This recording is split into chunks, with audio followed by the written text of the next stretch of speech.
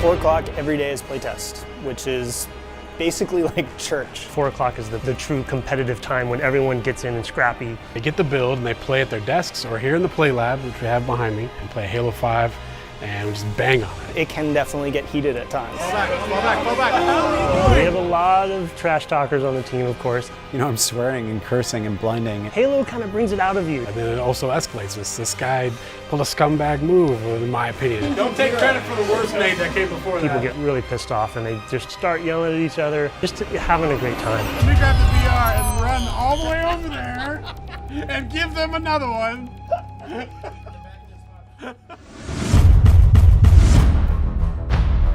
To me, a Spartan is speed, power, agility. This vision, this myth of a Spartan as a superhero. Completely wrapped in technology. That 1,000-pound jet fighter on legs or tank on legs, you know, it's this total destruction machine.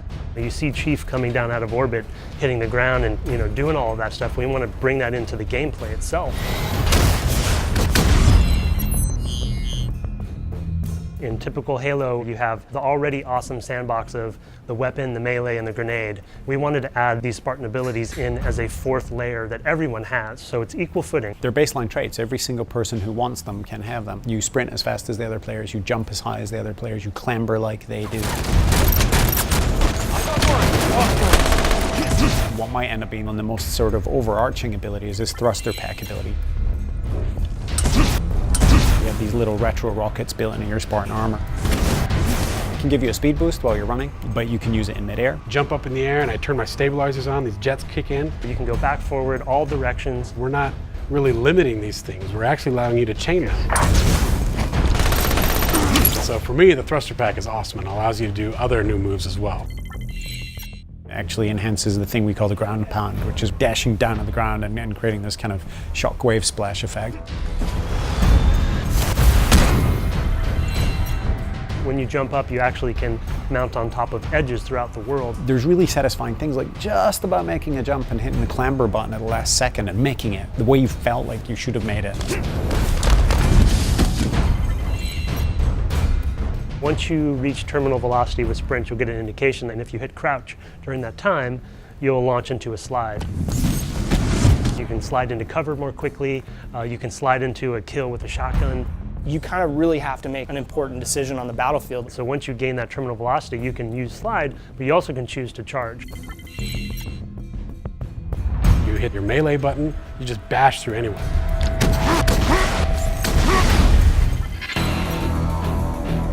We know like there are people that love sprint and there are people that just feel like sprint has no place in Halo. And so for us, it was about how do we balance that, how do we counter that?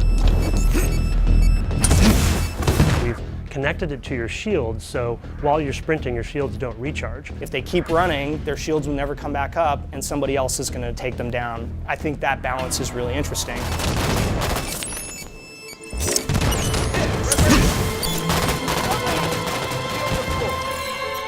Smart scope fiction is actually, it's been built into the game since day one. You were doing it with a pistol. It was cybernetically linked to your helmet.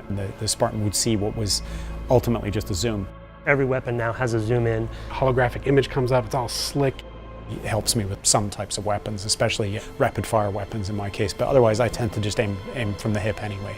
Hip fire mode is accurate, same as it ever was. If it becomes such that everybody feels like they have to be using Smart Scope in order to be competitive, then we've broken the game. You're going to use your Smart Scope and zoom in with any weapon, but you also can be de-scoped out of it by the enemy. There are so many different tactics that come into play, and that's something that we've tried to build into all of the abilities for Halo 5.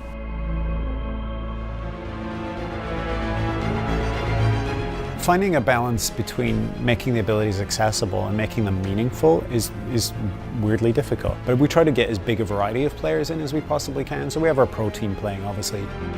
Pro team has been amazing to have. It's a resource I've never had on a team before, where you have such a rabid, vocal community, and then you bring some of them in who are really good at the game. I'm under, 2 above me, 3 above me. They do things that you would never expect. They find any upper hand that they can find in the game, they're going to exploit. And that's good. That's what we want to see, because then we can fill those holes.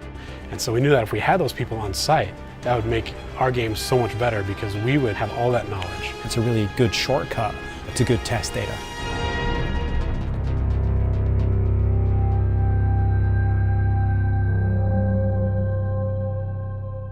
In terms of playing the pro team, that is a horribly demoralizing experience.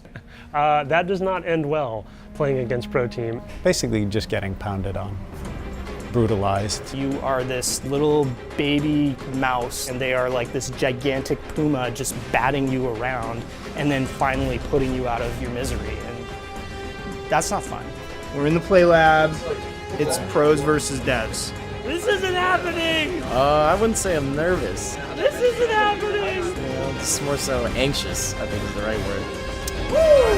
Let's go.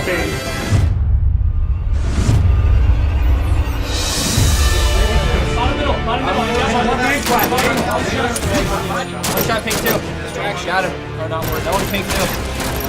Got him. Got him. Another one in the house. One shot, Josh. Charging. I got him. They're all over the place. 1 minute left. Two of them charging you. They're both weak. How are you not stuck? Oh no! It's under fire. Damn, they slay those guys. They push across. You gotta punish them if they push across. Yeah, I'm pushing in. Let's Go go. now, pink. Come on. Flank, guys. You're all alone. Tower 3, tower 2. Dead. Don't try to ground pound me, son. So bad. Are you gonna try next time? Enemy team facing elimination. I'd probably be called the cheapest player. That would probably be me. I do a lot of what I call play to win.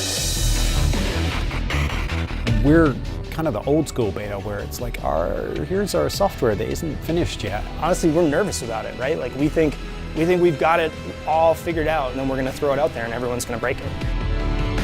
And so for us, we come in, we play the game every day, but there's only so many people here at 343, there's only so much we can do. But now, this is about opening it up to the world. Tuning and balancing is the core of the arena experience, and if we get that tuning wrong, then we want to hear about it.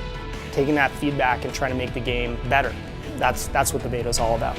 I mean, when you get a bunch of creatives, there's always disagreements. You might want to dial that back, you might want to turn it up. And that's what's great about this beta. We're getting this out there for people to really try. The second that the beta goes live, we're all going to be online playing with the fans. Yeah, my gamer tag is D's. You want some? Come get it. All right. So. For at least the first 2 or 3 hours, I expect to be very competitive with the world before they figure this game out. Good job. And I'm going to savor those 2 to 3 hours of glory where I am stomping everybody else at my own game, and then they're going to turn the tables on me, and it's not going to be pretty. There's so much creativity. Everybody has the same moves. It's up to you. How do you employ them on the battlefield? Kind of chaotic, but at the same time, tactical decision making that everyone has at their disposal. And it is that chess match. Halo's got a new set of teeth. I mean, this game has got some fangs on it.